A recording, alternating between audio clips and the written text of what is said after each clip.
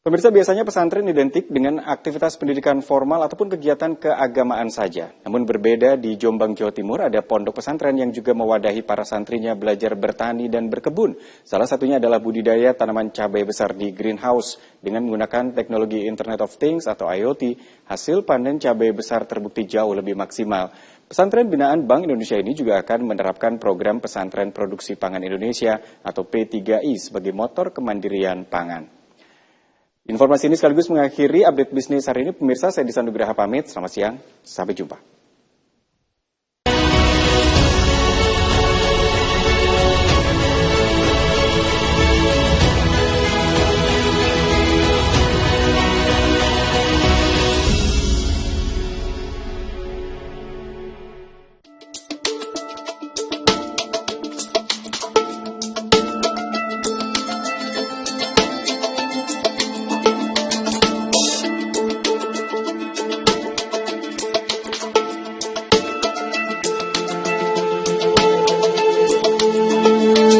Kali ini tim Jawa Pos TV bersama Bank Indonesia berkesempatan mengunjungi pesantren-prener yang ada di Jombang, Jawa Timur. Pondok pesantren yang umumnya identik dengan mengaji dan belajar secara formal ternyata bisa di-branding berbeda dan unik loh. Contohnya Pondok Pesantren Fathul Ulum Jombang yang berada di Desa Sidoarep, Kecamatan Ngoro, Kabupaten Jombang. Selain membekali pengetahuan agama, pondok pesantren ini juga membekali santrinya dengan pengetahuan entrepreneur berbasis pertanian dan peternakan.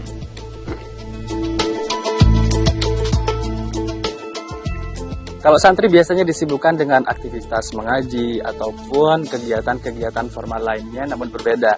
Di pesantren ini, para santri juga sibuk dengan berbagai aktivitas seperti berkebun, menanam, ataupun di bidang peternakan, pemirsa.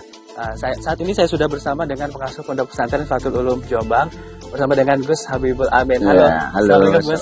Waalaikumsalam. Kabar baik ya Gus ya. Alhamdulillah. Oke, ini saya lihat cabainya sudah siap panen Gus Iya. ini mungkin bisa diceritakan ini Gus, ini gimana ceritanya Pondok Pesantren ini sampai bisa mempunyai greenhouse ini? Ya, terima kasih Mas. Jadi memang pesantren Fathul Ulum dan beberapa pesantren di Jombang ada 3 lah yang kita bina. Khususnya di Fathul Ulum yang sebuah pesantren yang punya visi dengan tafaqquh fiddin menghantarkan generasi angpa. Jadi bagaimana santri itu pulang kelak menjadi manusia yang bermanfaat. Mondok tidak harus jadi kiai, bukan kegagalan mondok tidak jadi kiai. Tapi bagaimana santri pulang nanti bisa membawakan manfaat di masyarakat sekitar. Salah satunya adalah di bidang pangan. Nah, kita ada berbagai tanaman, salah satunya di Holti. Nah, ini adalah greenhouse, salah satu program yang luar biasa yang disebut oleh BI dengan program infratani. Di Jombang ada 3 Mas, di Fathul Ulum, di Al-Falah, kemudian di Tambak Beras. Semuanya ini menanam cabai yang saat ini mulai sudah kita panen. Alhamdulillah hasilnya bagus, luar biasa. Ini kalau di mana-mana mungkin ini kalau yang di pondok dari program infratani yang terbaik gitu. Selain itu, Bank Indonesia hadir memberikan dukungan penuh terhadap UMKM pesantren untuk terus tumbuh dan berkembang dengan memberikan fasilitas-fasilitas yang dibutuhkan untuk menunjang perekonomian dan kemandirian pesantren, khususnya di Pondok Pesantren Fathul Ulum Jombang. Greenhouse adalah salah satu tempat budidaya cabai yang saat ini tengah dikembangkan. Biasanya hasilnya ini sudah biasanya berapa sekali panen? Ada 1,5 kintal, 1 kintal kontinu Mas 2 hari sekali. Oke. Kali. Jadi target kita ini 3 kilo per tanaman. Kalau di tanaman biasa paling 1 kilo Mas. Kita bisa 3 kilo sampai 5 kilo. Baik, ini yang membuat produktivitas hasil pertanian ini meningkat. Apakah memang karena ini juga ada teknologi yang disebut IoT? Iya, tentu dengan teknologi Mas. Memang teknologi itu satu hadiahnya di tenaga. Baik. Kemudian juga peningkatan produksi tenaganya seperti anak-anak santri, karena anak muda bagaimana keren menjadi petani. Sepatu bisa panen cabai, bisa bertani. Enggak harus kemudian pakainya ala petani.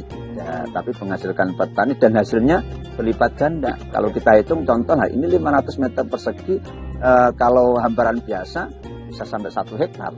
Kan lebih menarik seperti ini. Jadi supaya anak-anak banggalah menjadi petani. Oke. Baik Kiai, ini pesantren Fathul Ulum Jombang ini sendiri selain ada tanaman cabai, sektor bisnis apa saja yang dimiliki? Iya Mas, saya katakan tadi bahwasanya pesantren itu tidak hanya jalan ngaji ya kalau saya, maka anak-anak diberi skill supaya mereka bisa bermanfaat. Jadi ada 3 program yang dimiliki oleh Fathul Ulum. Satu, pesantren planner, Mas. Pesantren planner itu pesantren yang bagaimana pesantren itu mandiri punya usaha, yang terpisah manajemennya antara milik keluarga dan milik pesantren. Sehingga bagaimana ke depan pesantren itu betul-betul dan tidak tergantung oleh figur. Selama ini banyak pesantren yang tergantung figur, ketika figurnya berganti, ya ini bermasalah. Nah, maka kita berikhtiar punya badan usaha milik pesantren yang dengan 3 program. Satu, pesantren planner, pesantren yang punya usaha. Maka di pondok ada pertanian, peternakan, perikanan, advertising, gorden, macam-macam lah. Terus berkembang kita usahakan itu. Jadi pemirsa di sini semuanya lengkap ya. Memang benar-benar dipersiapkan para santri ini menjadi seorang entrepreneur ketika Ya, sudah jadi lulus. Kalau itu di program kedua, Mas, namanya program santri planner. Santri yang diajari skill supaya apa? Dia tidak gagap ketika pulang. Tadi saya katakan tidak semua santri pulang jadi kiai. Lah kalau nggak kiai, nggak jadi kiai bingung, nggak punya skill, akhirnya kasihan dia harus mulai dari nol. Maka mereka kita ajari dengan skill sesuai passion, Mak. Minimal saya bilang, kalau anak petani belajar bertani, anak pedagang belajar berdagang. Apa yang hasil daripada itu adalah mereka tahu bagaimana jerih payah orang tuanya mengumpulkan uang untuk mereka membiayai mereka. Bertani ternyata seperti orang tua saya lah. Kedua, hasilnya adalah ketika mereka pulang, mereka sudah punya skill, tinggal mengembangkan apa pengetahuan yang tidak dilakukan di pesantren. Nanti ada program yang ketiga, Mas, namanya socio planner. Jadi setelah anak ini punya skill di pondok, melakukan kerja di pondok, mereka, saya katakan, sanawiyah mengenal dengan lingkungannya. Aliyah mulai sesuai passion mendalaminya, di kambing, advertising. Nanti setelah mahatali di kuliah sudah mandiri. Jadi bagaimana target kita, mereka makan tidak minta orang tua juga. Nah, setelah itu baru setelah pulang menjadi mitra pondok, namanya socio planner. Kita modali menjadi mitra pondok. Nah, ini yang perlu saya sampaikan ke banyak pesantren, bahwasanya sangat potensial menyiapkan santri-santri di bidang planner, skill. Kalau bicara tentang dakwah, Mas, tanggung jawab santri untuk bernasrul ilmi apapun profesinya. Contoh bertani, bisa bicara tauhid, bisa bicara fikih, bicara tasawuf, dengan berdakwah di sawah dan sebagainya. Itu yang kita lakukan dengan sosiopreneur. Nanti ada usaha yang kita bersama lihat di usaha isopreneur di advertising gitu. Baik, ini menarik sekali ya Kiai. Ini terkait dengan sistem pemasaran khususnya di pesantren ini. Ya. Seperti apa Kiai? Sebenarnya kalau pemasaran itu di banyak hal mudah, Mas, karena yang pesantren itu kan pasar yang besar. Baik. Contoh di Jombang ini berapa ratus santri, berapa ribu santri, semuanya butuh makan, butuh sandang, papan, pangan. Nah, tinggal bagaimana pesantren ini bisa bersinergi antar pesantren satu dengan pesantren yang lain. Alhamdulillah ini punya program yang luar biasa, di holdingnya namanya Happy Trend. Ini himpunan ekonomi pesantren, sehingga antar pesantren satu dengan yang lain bisa bersinergi. Contoh kami di pertanian, nanti bisa masuk ke pondok yang lain yang butuh pertanian, butuh sayur, butuh padi dan lain sebagainya. Sehingga mata rantainya pendek, Mas. Sehingga yang berbudidaya ini diuntungkan dengan harga yang bagus, konsumennya pesantren yang dapat harga yang bagus. Karena mata rantainya itu yang harus dilakukan antar pesantren, bersinergi. Bahasa saya, sukses sendiri itu biasa, sukses bersama itu yang luar biasa. Oke, keren banget. Selain itu, program sosiopreneur atau usaha yang berbasis alumni dan masyarakat dengan sistem bagi hasil antara alumni dan Ponpes menjadi program yang bertujuan untuk membantu para alumni baik dari segi pemodalan dan juga pendampingan usaha dari pesantren. Oke, luar biasa sekali. Tadi juga disinggung tentang sosiopreneur yang nantinya ini juga akan menjadi akan dipersiapkan untuk, apakah ini memang inovasi? Ya, saya katakan tadi, Mas. Jadi pondok itu adalah tempat mendidik santri menjadi sekafah ya, tidak hanya bicara transfer pengetahuan, tapi transfer amat, transfer laku supaya mereka bermanfaat. Nah, untuk kata bermanfaat itu kan mereka harus punya modal, Mas. Tidak hanya ilmu tapi bagaimana bisa diterapkan di tengah masyarakat. Dan yang sangat dibutuhkan di masyarakat selain ilmu rohani bicara agama, tidak kalah penting ilmu ekonomi. Maka santri dibekali skill. Nah, dengan skill di pondok kemudian pulang mereka akan dapat program sosiopreneur, yaitu usaha yang berbasis alumni dan masyarakat. Jadi mereka bisa linear Mas, yang petani pulang menjadi petani, Baik. yang peternak pulang menjadi peternak, terus advertising pulang menjadi seorang advertising, dan modalnya dimodali pondok Mas. Baik. Nah, kalau kawan-kawan tidak punya modal, dimodali pondok dengan bagi hasil. Ini adalah sistem bagaimana mengembangkan usaha di pesantren, tidak di pesantren saja Mas. Baik. Nah, saya lihat baru kita yang melakukan. Jadi mengembangkan usaha tidak hanya di dalam pondok, terlalu sempit. Tapi dengan alumni, contoh kalau Fathul Ulum punya berapa santri ke depan kan sudah banyak punya usaha di semua santri. Walaupun hanya sedikit dapat sedikit, katakan 10%, tapi kan kali. Kedua keuntungan adalah santri itu menjadi bendera pondok Mas. Oh ini dari mana yuk? Pulang-pulang bisa buat pupuk. Pulang dari pondok bisa tanam cabai yang luar biasa. Yo, nah ini keuntungannya di program Sosio Planner. Jadi membantu alumni-alumni untuk semakin berkiprah secara mursalah, semoga bermanfaat yang secara luas di masyarakat. Baik, tadi kita juga sudah mampir ke pondok Kiai, sudah melihat itu banyak sekali lini-lini usaha yang dikerjakan santri. Salah satunya juga tadi saya lihat proses pembuatan pupuk yang nantinya kita juga akan kunjungi ya. Jadi nanti tanaman-tanaman yang ada di pesantren Fathul Ulum Jombang ini juga pupuknya produksi sendiri, dan bahkan sudah dijual keluar. Iya, keluar. Ya. Bertani itu konsepnya harus mandiri, Mas. Satu, mandiri pupuk yang menjadi semua masyarakat berteriak-teriak pupuk. Maka nanti kita siapkan bagaimana bisa memanfaatkan apa yang ada di lingkungan kita, karena kita punya peternakan, kita olah jadi pupuk. Sehingga kita bisa mengurangilah kebutuhan pupuk.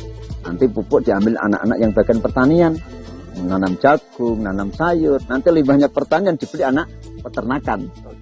Nah ini muter Mas. Nah inilah konsep bertani dan beternak, harus satu. Jadi limbahnya ternak untuk tani lewat pupuk, lewatnya pertanian dibawa lagi untuk pakannya peternakan, sehingga kosnya rendah. Itu memang pupuk nanti bibit. Ketiga adalah pasar, itu yang kita ikhtiarkan di situ. Saya jadi penasaran nih Jaya. Ini kalau kita bicara tentang bisnis ini pasti ada yang namanya omset ya. Iya. Mungkin bisa spill sedikit. Iyalah, kalau kita bicara omset, kita karena memang saya katakan di pesantren bukan semata-mata untuk cari uang ya Mas. Tapi alhamdulillah kebutuhan-kebutuhan pondok bisa ditopang dari situ. Nah, guru dapat, karena kita memang pakai program sistem bagi hasil ya Mas. Di pondok itu kita terapkan tidak santri ikut kiai, tidak Mas. Karena memang pondok ini tidak boleh kiai berusaha di dalam pondok kalau di kami. Semua milik pesantren, santri ngerjakan, kemudian tugas saya sebagai orang tua mendampingi mereka supaya punya kemampuan skill, setelah dimodalis ada hasil bagi hasil. Pondok dapat 30% sebagai pemilik tempat, kemudian pengerja santri sebagai pengelola dapat 35% dari bagi bersih, kemudian investor, katakan ada orang luar jadi investor atau madrasah punya dana jadi investor dapat 35%. Itu profesional yang kita lakukan. Santri ini juga bisa menghasilkan duit. Oh iya Mas, gitu ya. Tidak hanya khidmah. Kalau kami khidmahnya tidak diusaha Mas, khidmah ngajar. Karena kalau ngajar santri harus ikhlas. Tidak boleh mereka itu ajarkan transaksional, mengajarkan agama. Tapi kalau bisnis seperti ini, harus bahaya, profesional kita lakukan.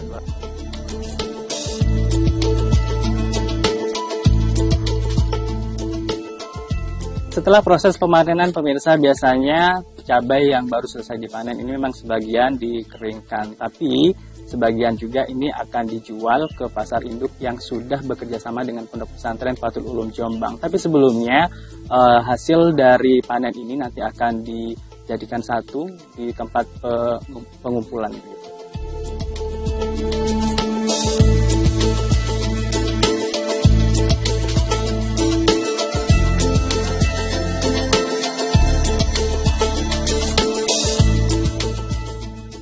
Tentunya dengan menggunakan teknologi ini, produktivitas hasil pertanian ini juga meningkat. Betul. Jadi intinya dengan teknologi ini adalah meringankan kita. Kita cukup memasukkan pupuk, sudah terairi semuanya.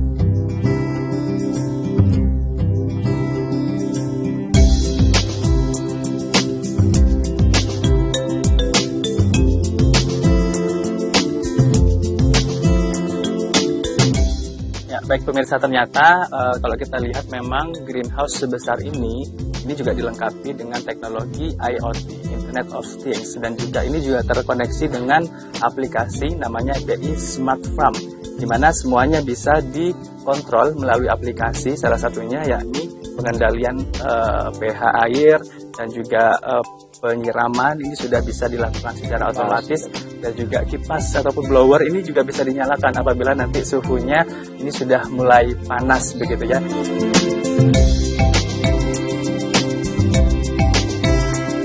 Dengan konsep Internet of Things atau IoT, greenhouse ini dapat bekerja lebih maksimal dan efisien. Dengan memanfaatkan teknologi canggih ini, semua aktivitas di dalam greenhouse bisa dikendalikan hanya dalam satu genggaman saja, termasuk penyiraman, pemberian pupuk, dan pengaturan suhu agar tanaman dapat tumbuh maksimal dan lebih produktif, sehingga hasil panen yang dihasilkan jauh lebih melimpah. Wah, keren gak tuh?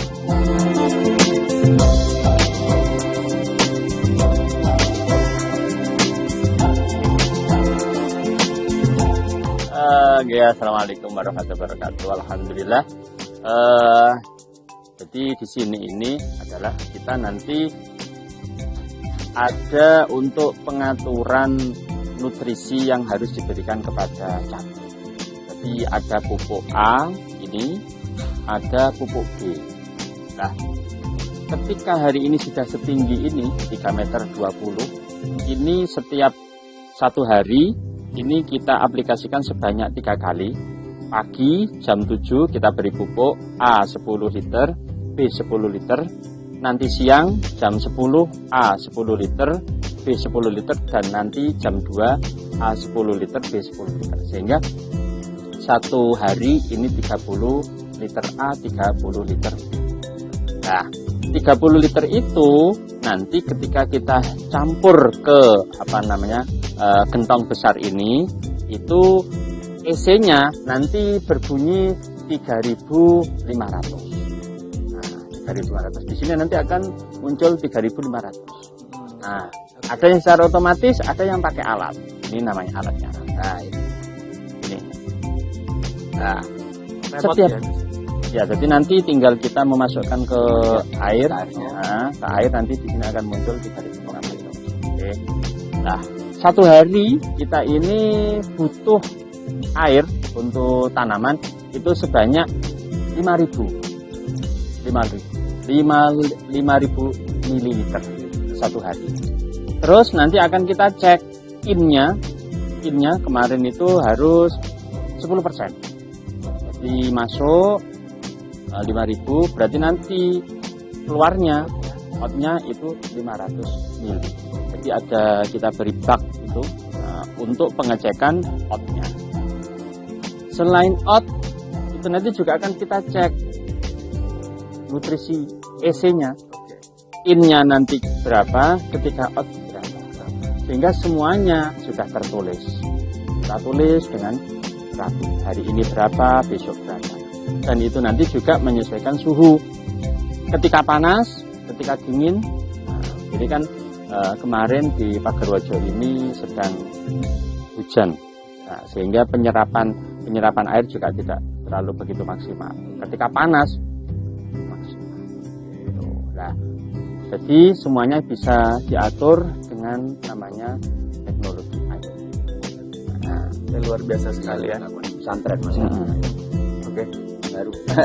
Ini tentunya dengan menggunakan teknologi ini, ya, produktivitas hasil pertanian ini juga meningkat. Betul. Oke. Jadi intinya dengan teknologi ini adalah meringankan kita.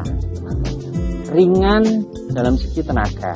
Kenapa? Kita cukup memasukkan pupuk, sudah terairi semuanya. Ini 1000 polybag berapa jam kalau kita pakai manual? Nah, Tidak sama nanti. kita manual. Ada yang lemah, ada yang Oke. Ini semuanya merata ya, porsinya merata. Porsinya merata, semuanya kita pakai menitan. Jadi satu kali penyiraman itu nanti bisa sampai 300 mili. 300 mili, ada yang sampai 500 mili. Itu melihat kondisi cuacanya. Kalau panas banyak, kita beri 500 ml satu kali penyiraman. Dan ini nanti merata semua, alhamdulillah. Setiap hari kita keliling ya, kita lihat mungkin ada yang macet. Karena ketika macet kendalanya di situ ya. Ya, kadang-kadang namanya juga gini Mas, teknologi ada macet airnya Tersumbat. ya seperti itu. Oke, terima kasih Yai atas penjelasannya dan pemirsa. Saatnya saya akan mengajak Anda ke tempat-tempat yang lain. Tentunya banyak sekali masih yang akan kita bahas, tetap bersama kami.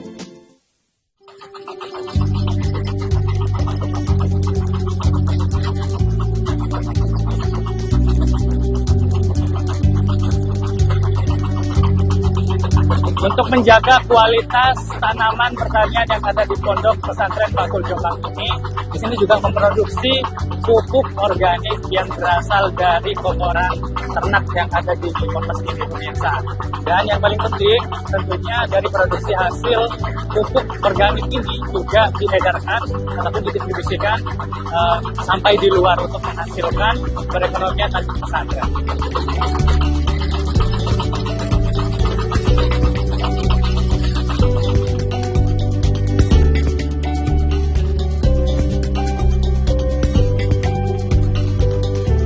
Sebagai bentuk kemandirian pesantren serta memaksimalkan hasil pertanian, penyediaan pupuk dilakukan dengan mengolah kotoran ternak menjadi pupuk organik yang digunakan untuk setiap tanaman di area pesantren, bahkan permintaan produksi pupuk juga cukup tinggi dari konsumen. Produksi pupuk ini dilakukan oleh para santri dengan mencampurkan kotoran ternak dengan cairan kimia yang berfungsi untuk menghilangkan aroma kotoran ternak yang kemudian difermentasikan selama seminggu. Kemudian pupuk pun siap digunakan dan diedarkan.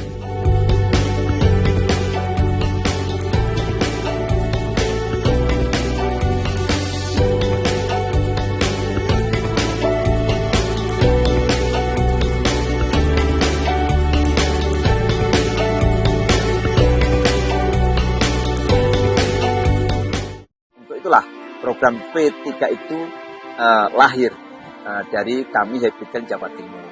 Kemudian kami membina kepada petani, didampingi oleh kawan-kawan ITB dalam rangka pendampingan supaya cara budidayanya lebih bagus, produktifan lebih menghasilkan.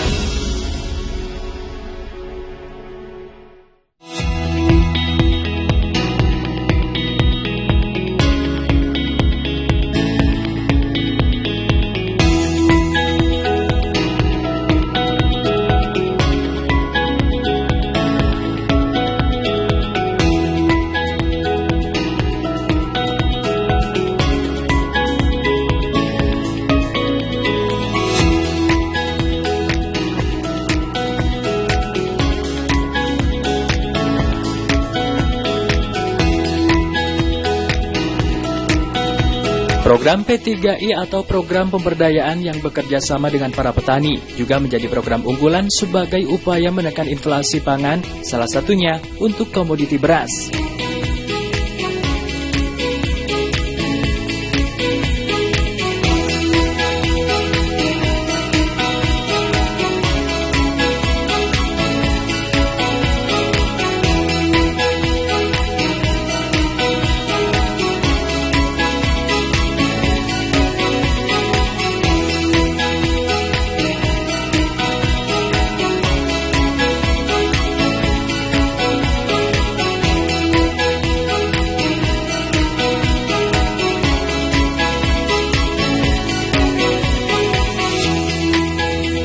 P3I ini adalah program pemberdayaan yang dilakukan pesantren, kemudian disebut oleh Bank Indonesia. Panjangan dari P3I adalah Pesantren Produksi Pangan Indonesia. Selama ini ada beberapa yang menjadi keluhan para petani, yaitu dari budidayanya karena pupuknya sulit. Kemudian yang paling urgent adalah penyerapan hasilnya dengan harga yang tentu berpihak kepada mereka. Ini yang menjadi masalah. Di sisi lain, petani sebenarnya berdampingan dengan pesantren yang tentu menjadi pasar yang luar biasa karena kebutuhan pesantren besar di berasnya. Akan tetapi antara petani sebagai produsen dan pesantren dari konsumen tidak pernah bertemu, tidak pernah terjembatani. Untuk itulah program P3 itu lahir dari kami Habitat Jawa Timur. Kemudian kami membina kepada petani, didampingi oleh kawan-kawan IPB dalam rangka pendampingan supaya cara budidayanya lebih bagus, produktifan lebih menghasilkan. Kemudian kami mendampingi, nanti ada permodalannya, ada kajian rohani setiap bulannya, bahkan kami juga punya program ekonomi bulanan. Contoh nanam cabai jamu yang kita kerjakan kepada para petani, sehingga hasil bulannya dibawa ke pondok, nanti dapat uang, sambil ngaji sambil dapat uang. Padinya panen, kita beli di P3I. Sehingga hasil bulannya dibawa ke pondok, nanti dapat uang, sambil ngaji sambil dapat uang. Padinya panen, kita beli di P3I. Kita olah jadi beras, kemudian kita salurkan ke pondok-pondok pesantren yang tentu kita berharap ini bisa dikembangkan dimanapun tempatnya. Jadi Jombang ini menjadi pilot project, Fathul Ulum yang memulai, karena memang tidak semua pesantren bisa melakukan itu. Maka kita lagi memilah mana pesantren produsen, pesantren konsumen. Kita menggandeng kawan-kawan di IPB yang akan konsen di bidang itu. Bagaimana pertanian ini dengan cara bertani yang kemudian di kami itu akan semakin maksimal hasilnya. Nanti dengan metode-metode yang lain, dengan kita juga melakukan gerakan pupuk mandiri. Nah, itu yang kita lakukan. Sehingga ada nilai penekanan biaya dan peningkatan produktivitas. Tentu butuh sinergi yang kuat, karena kita harus membantu petani. Kasihan petani, mereka pejuang-pejuang pangan yang harus kita perhatikan. Mereka tidak kenal lelah untuk menanam, kemudian harga sangat tidak berpihak kepada mereka. Maka hadir pesantren, keinginan bagaimana petani ini betul-betul terlindungi. Tentu pesantren tidak akan mampu kalah sendiri. Maka butuh pemerintah, kader pemerintah yang selama ini kami dengan BI. Nah, tentu ini butuh banyak lagi seperti di Kementerian Pertanian yang kemudian harus juga mendampingi kami supaya program ini akan berhasil. Karena misi kami tentu ingin seperti lagu Indonesia Raya, bangunlah jiwanya, bangunlah badannya. Pesantren tidak hanya bicara rohani, tapi juga bicara jasmani. Tidak hanya bicara ekonomi saja, tapi juga bicara rohaninya. Sehingga seperti doa kita, Rabbana atina fid dunya hasanah wa fil akhirati hasanah, yang kita inginkan.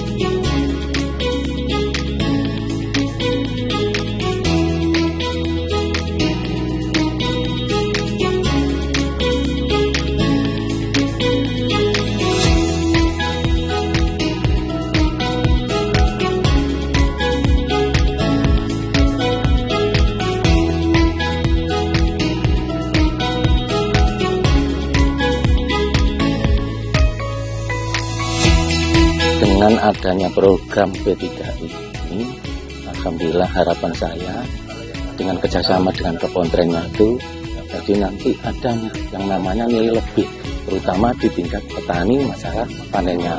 Mengapa saya menyatakan seperti itu? Karena dari kepontren itu gabah diambil langsung oleh kepontren dan diproses oleh kepontren, dan di pihak petani itu harga nilai lebih dibandingkan sebelum nanti kerjasama dengan kepontren. Karena apa? Kalau sebelum kerjasama dengan kepontren, itu gabah itu kan dari tengkulak dibawa lagi ke pabrik kembali lagi ke petani. Kalau ini enggak, jadi pemanfaatannya itu banyak.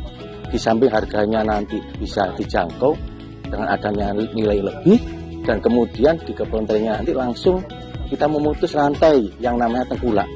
Jadi harga lebih meningkat. Program ini baru berjalan ini. Saya sangat antusiasi dan mendukung, karena apa? Dari petani dan kelompok yang ada di saya kan ada 5-6 kelompok tani. Ini sudah kami musyawarahkan dan alhamdulillah semuanya menyetujui dengan harga nilai yang lebih, merasa terjamin. Karena apa? Sebelum adanya program ini, saya tadi sudah menyampaikan bahwasanya kita itu sepertinya dipermainkan dengan tengkulak. Kalau ini dari petani langsung ke pontren dengan harga yang bisa dijangkau oleh masyarakat dan lebih dari nilainya. Gitu. Harapan saya, jadi program ini tidak hanya sebatas dalam waktu sesingkat, tapi perlu nanti selamanya. Karena apa? Kalau saya lihat dari masyarakat masukannya itu, ini termasuk bisa mengangkat petani, terutama dari harga yang dicapai.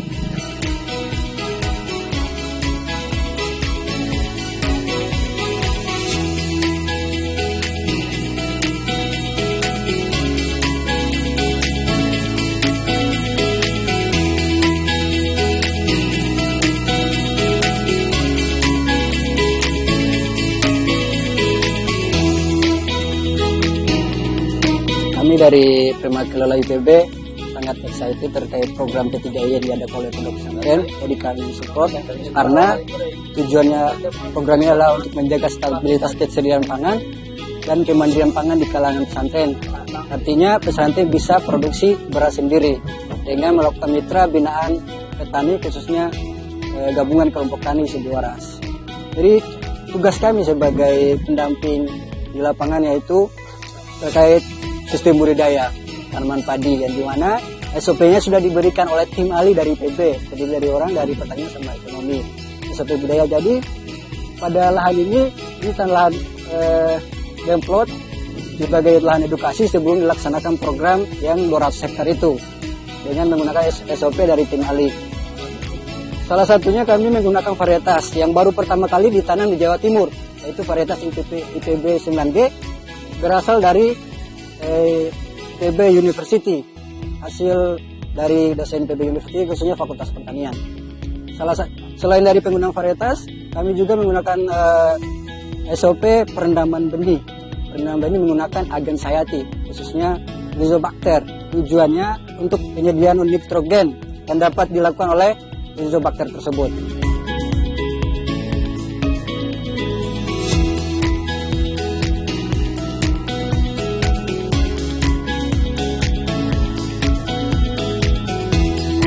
Pesantren Fathul Ulum Jombang tidak hanya membekali para santri dengan ilmu-ilmu formal saja, melainkan bagaimana para santri bisa mempunyai bekal jiwa entrepreneur sehingga bisa menjadi modal utama dan menambah wawasan santri untuk bersaing dan menjawab tantangan ekonomi global berbasis pesantren.